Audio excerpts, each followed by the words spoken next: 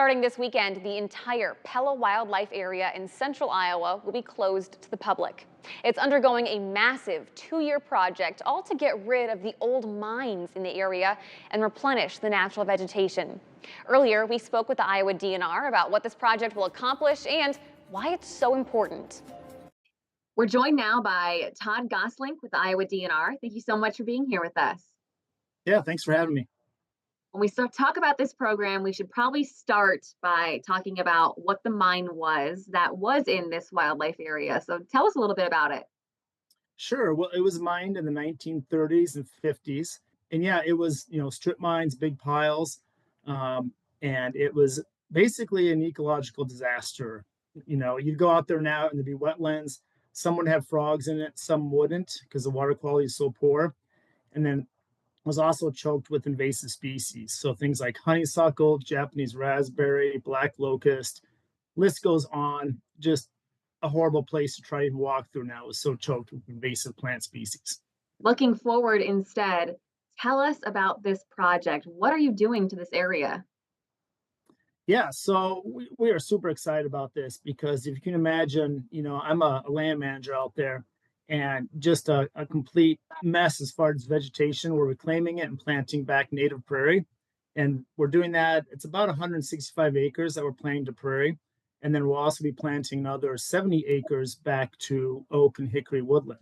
So we'll have a mix of prairie mixed with oak woodland. And there's already some oak woodland, about 115 acres left in the middle now. So it'll be quite a change.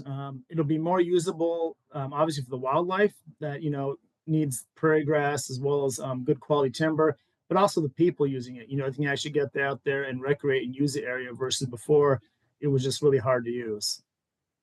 How long do you think it's going to take to complete all of this? Right. So it's supposed to go through, I think, spring of 2026. So it'll be a couple-year project to get the whole project done, get it reseeded.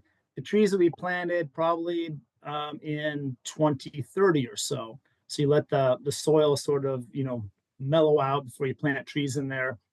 So it's a long process for sure.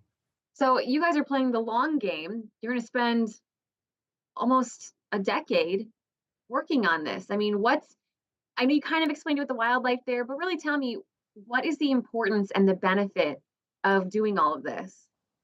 Right. So like right now, if you think it's super thick with invasive species, it's really poor quality habitat. Um, and so, things like deer, of course, use it, but restoring this back to, prairie mixed with timber edges, it's going to be quail habitat, for example. So we hope to get quail and then pheasants to use that. And, there aren't any of those species in this area now. And there'll be songbirds that need the prairie grass. And then higher quality timber, that also support, more like turkeys and other woodland species, birds, as well as deer.